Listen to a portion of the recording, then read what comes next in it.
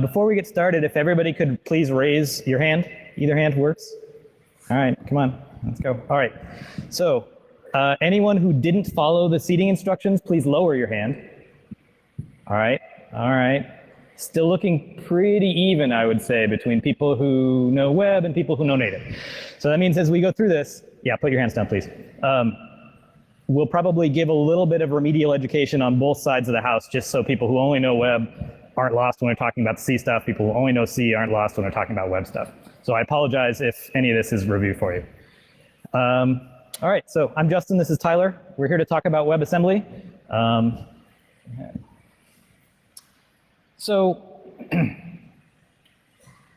our talk today is not about how to break out of the browser in WebAssembly or use WebAssembly type bugs to end up exploiting things in the browser. That talk was Natalie's talk, and if you're interested in that, you should go see it 3 hours ago. It was a really great talk, and maybe you can catch the recording of it later, but we're only going to talk about the application security side of that. So if you are a web developer who is trying to implement some new WebAssembly things into your existing website, what kinds of security problems could you cause and do you need to worry about? As an attacker, when you're looking at a web page that includes WebAssembly, what can we use that for from an attack perspective? So that's what we're looking at in this talk. So in order to do that, we have to talk about how WebAssembly works and some other kind of introductory tooling stuff so you can understand later on when we go into the different exploits what's actually happening under the hood. So if you saw Natalie's talk this morning, that part will be review, but then the other stuff should be pretty fresh. Skip on. Both went at the same time. So in short, what WASM does is it allows you to take code written in something else. We're going to only talk about C code here, but you could do anything. Compile it, and then take that binary and run it in your browser. What that gives you, for one, you didn't have to rewrite that code in JavaScript. And two, it's much faster than doing the same thing in JavaScript. So you can see here, WebAssembly on the left, getting 30 frames per second at face recognition. JavaScript on the right, getting 2 frames per second. So much faster. There's a lot of different things that it's being used for right now. I'm only going to highlight a couple of these right now. The archive.org has this really cool thing where you can go play old console games and old arcade games on their web page. And they do this by, they didn't rewrite an assembler or re-implement the games in JavaScript. Instead, they used WebAssembly to compile an existing emulator that already knew how to emulate those games, wrote a little bit of wrapper code around it, probably more than a little bit, to handle the display and controls and such, and then they can run all these games that already had previous emulators. Other thing here that's going to be interesting to this audience is there already been seen crypto miners in the wild that have been using WebAssembly because it's much faster, so you can mine more coins. WebAssembly isn't just about the web, though. There's lots of really crazy things that are kind of up and coming. Everything on this is kind of very early stages or experimental, but it's important that you know that there's a lot more that's going to be happening soon. So Browsix is essentially implementing all of POSIX in WebAssembly. So if you had a Linux program, you would be able to run it in WebAssembly and have all the things like files and stuff work in the browser. JS Linux takes that one step further and actually emulates an entire operating system in the browser. So if you want to run a copy of a recent Linux or something like Windows 2000, you can run it in your browser, and it runs all with WASM. Runtime.js, going in a different direction, is a microkernel. So the idea is instead of running a whole OS somewhere, you would just run this thing, and all it has in it is Node and WASM. So then you can drop the whole OS and just concentrate on running stuff. But that also means that it's all running in ring 0, right? Because it's all its own kernel. Nebulet is very similar, except without the node. So we're just going to run WASM straight up ring 0 as its own kernel. Service is very interesting. So instead of trying to start a new OS, they're going to allow you to run WebAssembly things that hook into your Linux kernel. So then you can directly access memory and stuff in there, and it's very fast. Sounds like a great idea. Crane Lift is actually going in reverse. So you can take a WASM program, the compiled binary, and then turn around and turn it into a real machine binary that would run on like x86 or ARM. And lastly, and probably the most useful of all these, is eWASM. So Ethereum is a cryptocurrency that has its own language. And so the idea is that you can compile things with this language and then they run on the blockchain with all the stuff. It's pretty interesting, except that Solidity is terrible and the EVM is terrible. So they're working on switching it to running WASM instead. So then you can write your smart contracts in whatever language you want, and then they run in WASM on the blockchain. Cool stuff. So any of you who have been around computing since about 2001 or so may remember that we used to claim that like there's these cool things called Java applets, and they're sandbox, and they run in a virtual machine, and they run in your browser. You can write them once, you can run them anywhere. And you can put them in other things besides browsers. Like this is all the stuff that a Java applet claimed to do 20 years ago. And now we're doing it again. I really wonder if the WASM folks knew that they were re-implementing this stuff, or if they are surprised that this is actually happening. All right, on to what WebAssembly actually is. It really probably should have been called something else, like web bytecode or something. There's a virtual machine, so don't think about like VMware, more like a JVM. So a special purpose machine that doesn't really exist, but we're going to emulate that machine. And it has a very specific set of instructions. It's a very small set. And then there's a binary format that the instructions for this machine are in. Then we have compilers that can compile, can target that new virtual machine. And so then you can have code that was written in other things and compile it to WebAssembly where it will run. Way faster than JavaScript. It's already in pretty much every browser that people use on a regular basis. But as we talked about earlier, there's no reason we can't take WASM and put it in other things as well. Let's talk a little bit about the mechanics of WASM. So we have instructions. They live in their own spot. These are the machine code essentially for WASM. And the machine that runs WASM doesn't have any registers. So instead of registers, we have the stack. Don't think of the C stack. That's totally separate and has to happen later. This is the stack within WebAssembly, and it replaces registers. So the idea is that every operation will push or pop its values to and from the stack. Here's a very simple example. So first line, module means this is a program. And the next line, line 2, we are declaring a function called add. We give it 2 parameters, x and y, and we're saying it's going to return a value. All those are 32-bit ints. The line 3, we say get local x. What that does is take the value of x and push it onto the stack. Get local y, push it onto the stack. And then i32 add is going to pop 2 values from the stack because add takes 2 operands, and then push back the value of that addition onto the stack. And the last line here is export. What that means is that this add function will now be available to whatever it is that's embedding your WASM system. So in most cases, your browser or JavaScript. Yeah, I don't think we can. WebAssembly doesn't have access to your computer's memory. It has its own memory that gets emulated. And this is called linear memory. It's just in its host thing could implement this however it wants, but from WebAssembly's point of view, it's an array of bytes, integers, whatever you want, and it can put things in there and take them out in random access. That's all it can do with it.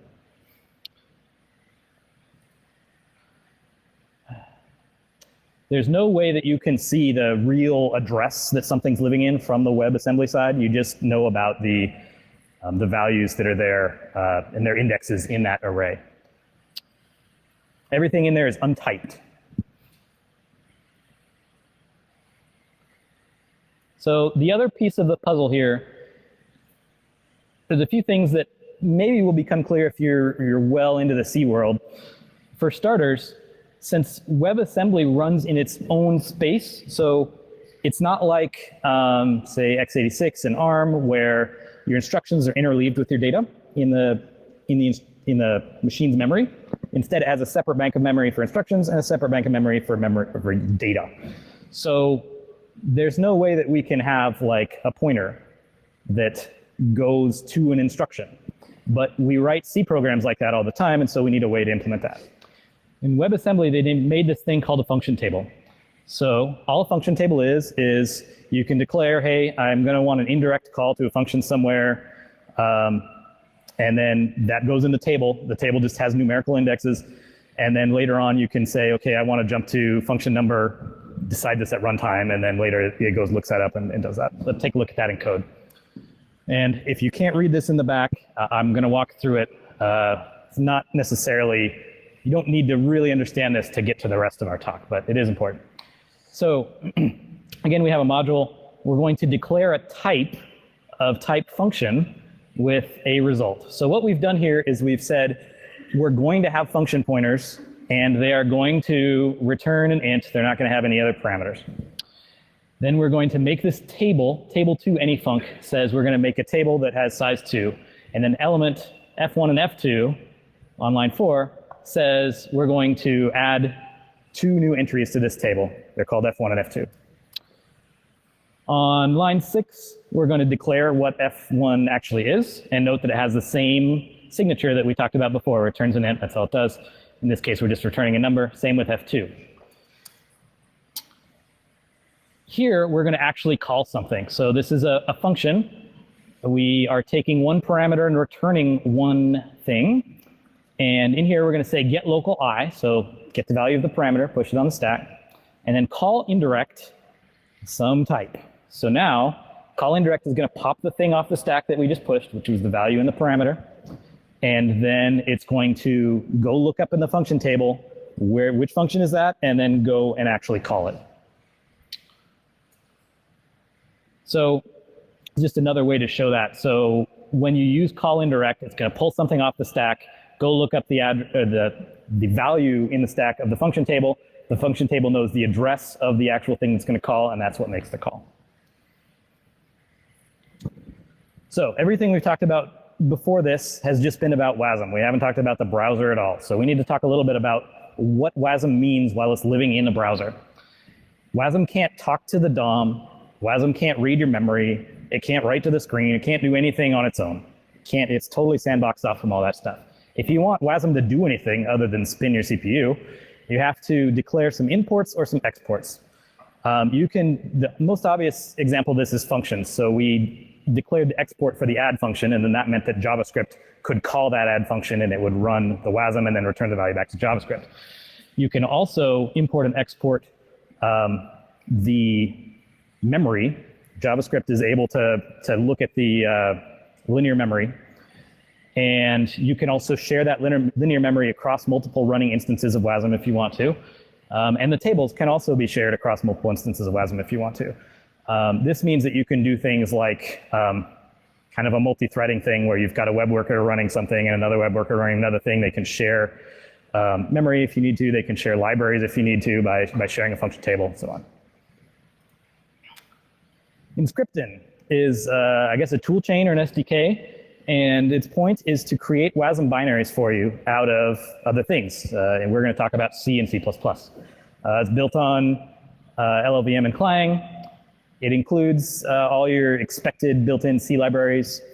And it also makes it really easy to integrate your WASM that you've just produced into a web page by automatically generating JavaScript and HTML for you that will handle the glue code that helps the two pieces communicate. There's a whole bunch of other things that Inscriptin adds as well, but the only things that we're going to talk about here are these two things called EMASM and Inscriptin run script. Those are both two different ways. They're slightly different, but the idea is that you can use those to run arbitrary JavaScript from inside WASM. That's going to be really important later for some of the tricks we're going to do. If you want to know more about Inscriptin WASM, since Natalie's talk is over and you can't go see that anymore, you can go read the spec. You could also, this PDF here does a really good job of, like, if you're a reverser and you want to know like the nuts and bolts of how the binary format works, it does a great job of running through what a WebAssembly binary looks like and how it all works. I wish I had that PDF before we started doing this research. So we're going to talk about old exploits, and I have a lot of choice, vintage, well-tested memes to go along with these slides. So we think that a format string attack will work just fine.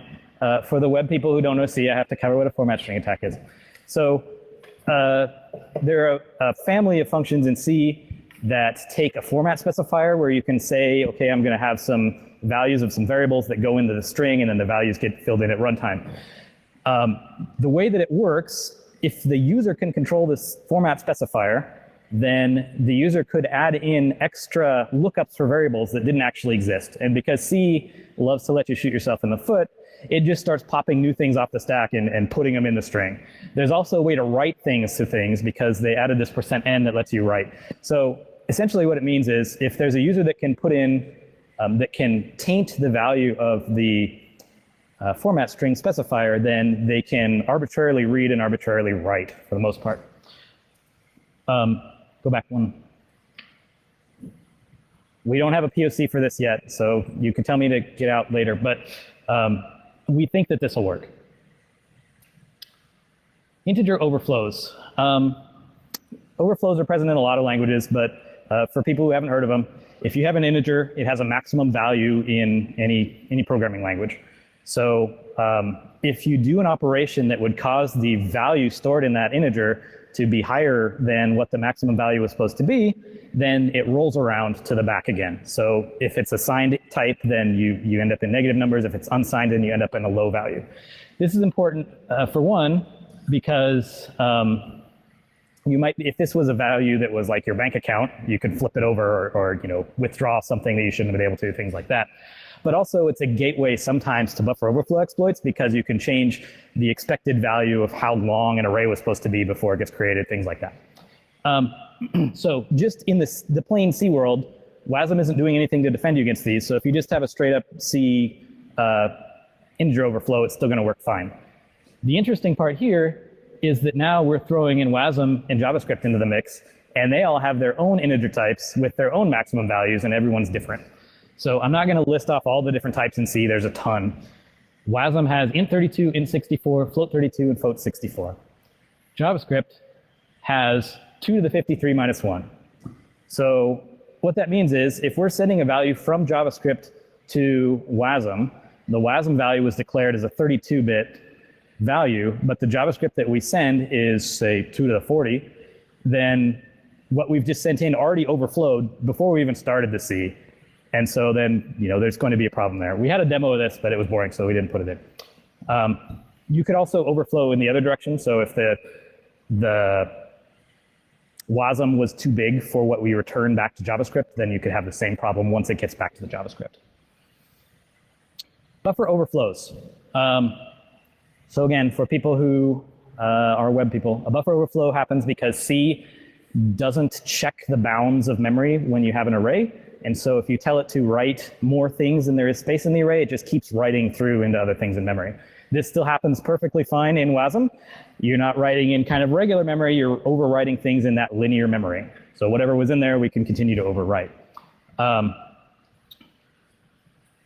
The kind of simple case for this is if there's a value in memory that you wanted to change because it means something important in the context of the application. So something like a privilege level, your account balance or whatever, if we can find a way to overflow into those, then we can change those values, which is useful. The other thing that these normally are used for in C is to run arbitrary code. Now, running arbitrary code in WASM is much harder because we don't have these function pointers and return pointers and all these other things that we can try to overwrite and then put our code. Furthermore, we can only do this in linear memory, which is never executable. So we can't like write some executable code and then jump to it. So we need some other things to do. We'll talk about that later.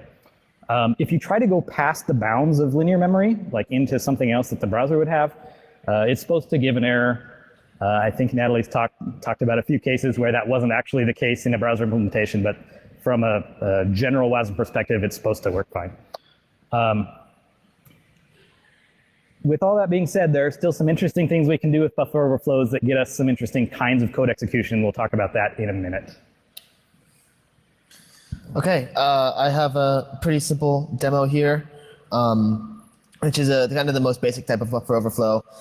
So here on line 6, we're using this em_js, which we talked about earlier. And this is allowing us to actually define JavaScript inside of our native code. So here you can see that we're creating a function called overflow alert. And we're saying that it's void, it takes no parameters, and that it just creates an alert box that says overflow. And then here in our main function, we've got two buffers. One is ABC, one is 1, 2, 3. And then here we've got a string copy where we're putting way too many Bs into this boff1. And then then we're going to check the value of boff0.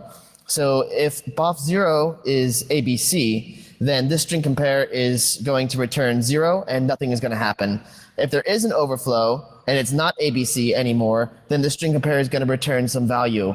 And if it does, then we're going to get this overflow alert box. So if we see the overflow alert box, that notifies us that there was an overflow. So I can go into my virtual machine. And we're going to use mscripton's emrun, which allows us to just sort of like, it's kind of for like testing code. It's a basic web server kind of a thing.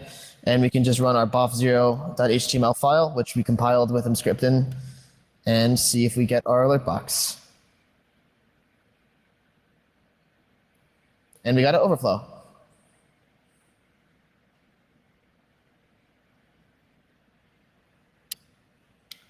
All right, so there are way too many different types of bugs in C for us to cover all of them. We'll just briefly cover the rest of the existing C bugs and kind of give you our take on whether we think they're going to be useful or not from an attacker's perspective. So talk to race conditions, that stuff should all be just as before, with the caveat that threading is not very mature in WASM yet. Same story with timing and side channels. We think that heap-based arbitrary writes will also work in the context of linear memory. We don't have a POC for that either. Things that won't work are your classic buffer overflow where you jump back to the code you put in. Things like ROP won't work because we can't arbitrarily jump to places in memory.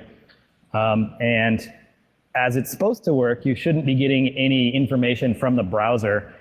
For example, when you declare your memory, it's supposed to be all zeroed out when it gets to WASM, so you can't expect to read uninitialized memory and get something interesting there. On to the new exploits. And Tyler assures me that all the memes we have here are really fresh and everyone in the 15 to 25 demographic will get it. So, off to XSS. So, let's talk about XSS for a minute. Since we gave all the web people the remedial C stuff, we have to do the other way too. XSS means that we're running arbitrary JavaScript in the context of a web page. Now, if you're not that familiar with web stuff, you might think, oh, big deal, I made a pop-up, or oh, big deal, I can steal a session token. Those things are things you can do. But what XSS really means you can do is you can control everything that user could have done, and a lot of things that maybe they didn't even know they could do, in the context of that website where you got XSS. So if it's a bank and I get XSS, I could use all the functions to transfer money out. If it's a social media account and I get XSS, I could post social media stuff on your behalf. I could change your password, et cetera, et cetera. So XSS is a real thing. And in the WebAssembly world, it's actually even more important because the JavaScript has the ability to read the linear memory that it's allocated. It has the ability to start and stop WASM. It has the ability to modify WASM code. I don't think you can modify it when it's running, but you could stop it and then restart it with your new modified version. So you should never consider that code that's running in WASM is somehow protected from the browser. If someone has XSS, they'll be able to do anything they want to the WASM that's running, in addition to anything they want to the rest of that site. No, let's go back. So now that we know what XSS is, let's come back to what it means to do buffer overflow here. So if there is an array that is written to the DOM, and we have an overflow somewhere, and we can overflow the value that would have been written to the DOM, then we have XSS. Pretty much all there is to it. We used to be, our first demo of this stopped working like halfway through our research, and we were really worried. But it was because we were overflowing a literal, which normally is really hard to do. And they moved where literals go in an updated version of Emscripton, I think, to go below us in the stack. And so we couldn't overflow it because we can only overflow up. Other interesting thing here is that your typical way to find XSS is to look for reflection. So I put in an input in some web page, and then I look to see if that gets reflected. That same input that I put in comes out somewhere else, and then I can try to see if I can manipulate that to run JavaScript. We can do XSS without any reflection here because we're actually putting in a value somewhere over here, using it to overflow something that shouldn't have been writable by the user, and then that's what actually causes the XSS. Okay, so I have another example here for how we can use this buffer overflow to XSS concept. So for this example, we have this BOF function, which the extern keyword is going to let us call it from JavaScript. And this function is going to take two parameters. It's going to take P1 and P2, both of which are just character pointers or character arrays. And we've got two character arrays, BOF1 and BOF2, both of which are 16 bytes long. And then we've got two unsafe string copies from P1 into BOF1 and P2 into BOF2. And then here we're using this EMASM again, where basically we're just getting this element by ID. We're getting an element called SSX, and we're setting the inner HTML to this pointer stringify function. The pointer stringify is going to take an index into linear memory, and it's basically going to turn that into a string. And it takes these two parameters, 0 and 1, which are defined here, which is BOF1 and the length of BOF1. So essentially what we're doing is we're taking P1, copying it into BOF1, and then we're taking BOF1 and we're printing that directly to the DOM. And here in my example page, yeah, so here's what the code is going to look like from the JavaScript side of things. And the reason why this can be especially dangerous is here we're calling our BOF function, and here we've got a static string which we're passing in as P1 and some user-defined string as P2. And the developer is thinking to themselves, I'm putting a static string in here. It's totally safe. I don't have to do any kind of encoding. I don't have to do any kind of sanitization. I wrote that string. I know what it's going to be. But because there's an overflow in the code, we can taint this string with user input. So we can see here, when we smash our like button, we see our static string is written to the DOM. We can put in a couple of A's, and nothing happens. We can put in a couple more A's, and we can see that now we're actually starting to write user input over to the DOM. And now we can go to the end of our thing, and we can try to make some kind of a XSS payload. Let's see if I can do this right without messing up.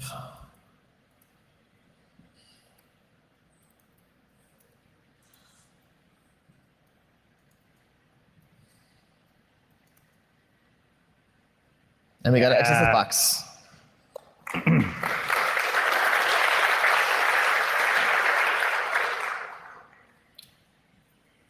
All right, so that's kind of basic. It's still cool, but not that technically interesting. We know we can overflow values.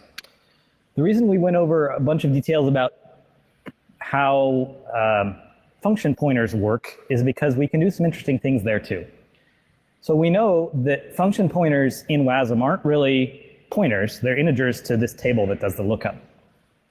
And we know that when we use the call indirect stuff to execute a function pointer, that's going to pull a variable, get the value, go look up from the table what to call, and then call it.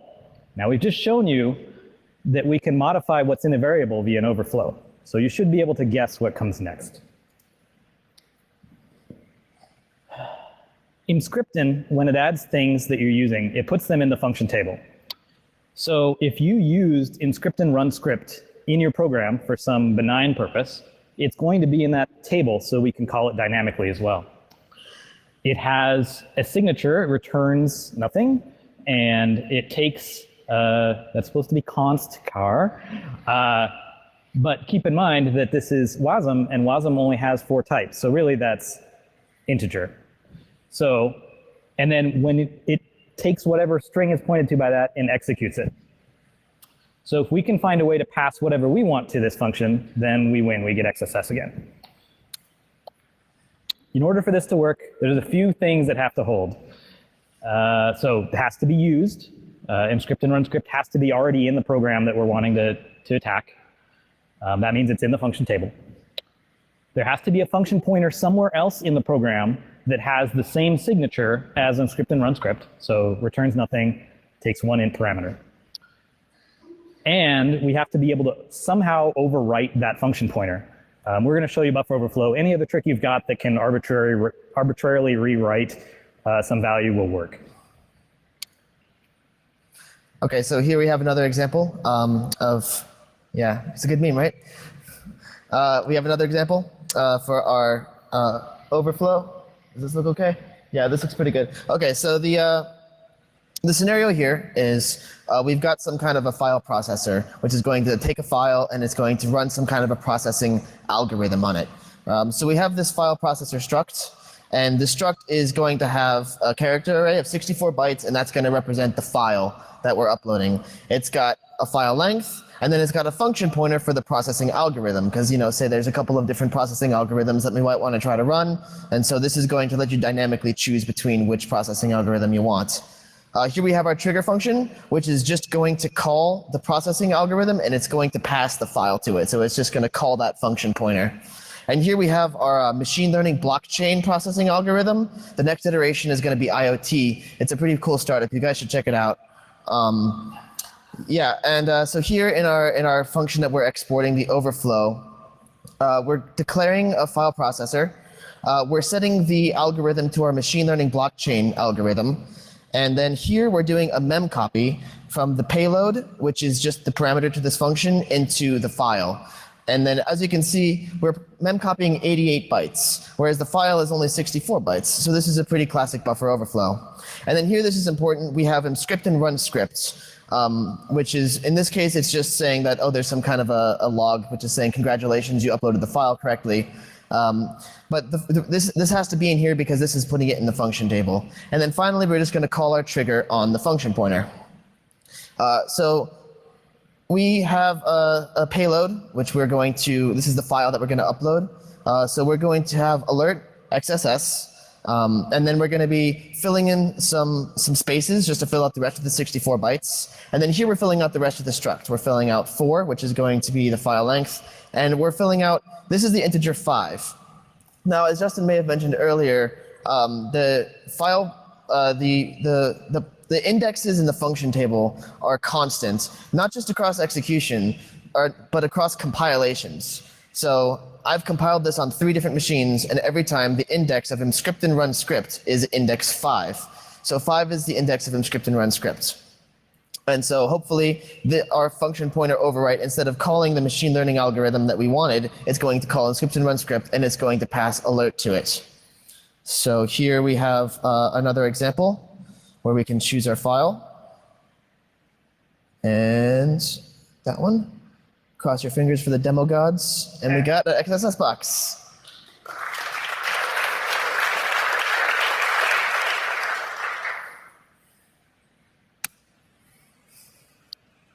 So more details about this. There's no reason we have to go for the XSS here. We could instead have used this to call some other function that was important with values that we wanted.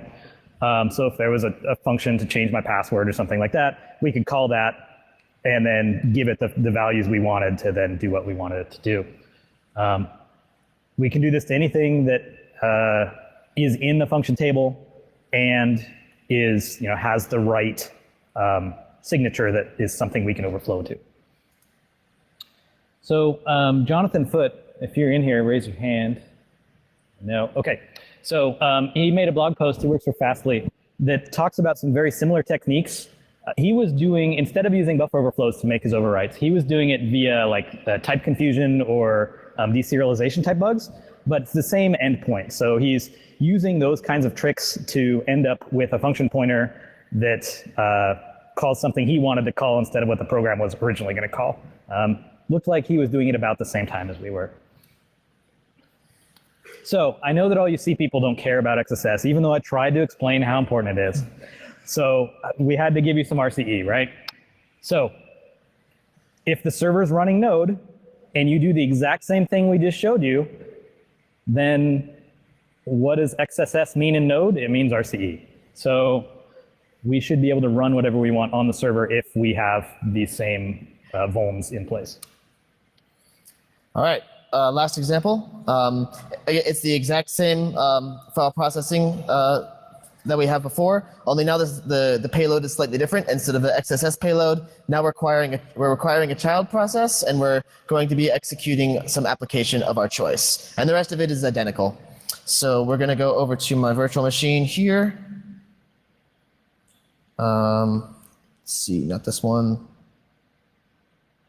This one. And we're going to just run our node server. Go back over here. Hopefully this is still the same IP address. Nope. Let me try incrementing it. There we go. Okay, so here's our file upload. So we're going to choose a file. So now we're not just running this locally in the browser. We're uploading this to Node, and Node's going to run it.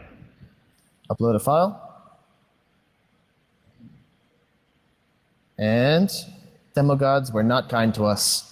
Going to try this one more time. If it doesn't work, I have a recording of it working.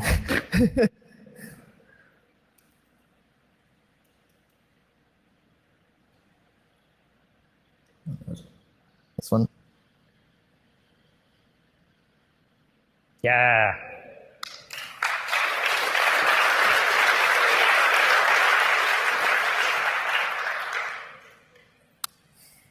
All right, so now you guys have seen some cool bugs. Let's talk about what we can do about it. So one thing we can think about is, are there things that Inscripten could add to make everything more safe?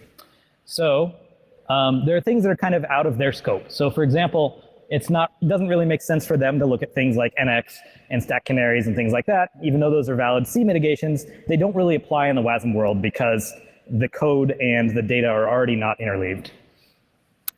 Some protections they could add, something like address space randomization. So when we put things in the function table, the order that they are in there is determined at compile time, which is bad from a security perspective because it means that your exploit will always work, except when it doesn't, like it should. But it should always work. So there's no reason they couldn't make it so those values, there was a much larger set of values to choose from, and they were randomly determined at runtime. Then you wouldn't be as easily able to mess with function pointers in the way that we're showing. It would be nice to also have some library hardening. I don't know that anyone uses %n in format strings anymore. It looked like the heap implementation that's being used is kind of an older heap that doesn't have a lot of heap mitigations in place. So there's some improvements that could be made in Inscripten. Things that work really well, control flow integrity. So if you're not familiar with control flow integrity, there's a switch you can, I think it's Clang or LLVM, not sure where it happens, but you can turn it on in there at compile time. And what's going to happen is it kind of generates a mapping of all of the possible flow states between different functions in the program. So these are all the things that could ever happen. And then if at runtime you are off the map, it just crashes. So if you turn that on, our function pointer tricks won't work anymore.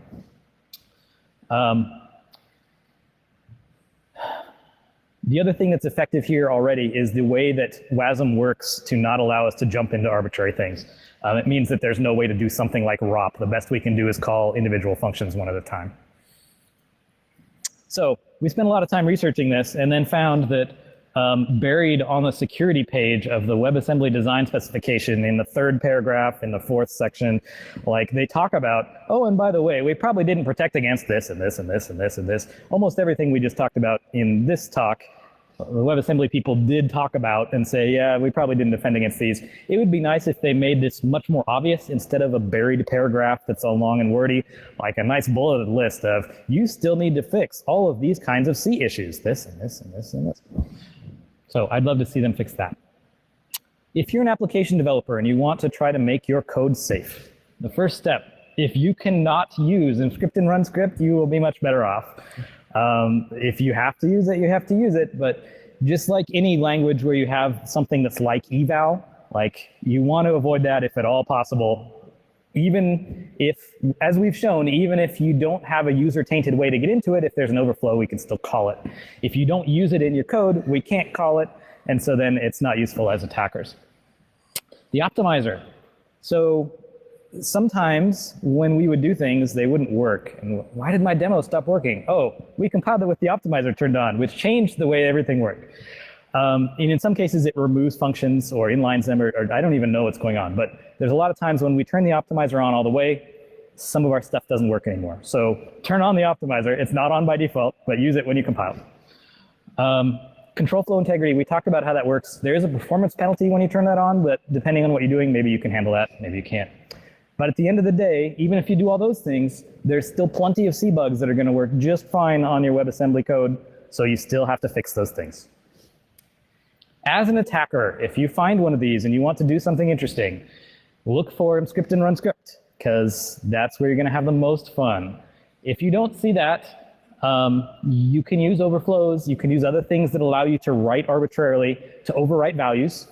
And in the function pointers cases, you can overwrite interesting things there. If you get XSS, you can turn back around and modify what the WASM is going to be. And even if there's no XSS because they didn't use encrypt and run script, for example, then you should still be able to modify things in memory that are useful to you. And then if you're talking about Node, then all these tricks turn into RCE. We have a white paper, Security Chasms of WASM, written by Brian, Tyler, Jeff, and myself. Black Hat site has kind of the version 0.9. We have a couple more things we want to finish, and when we do, we'll put that on the NCC website. So I'm Justin, this is Tyler. Thank you for coming.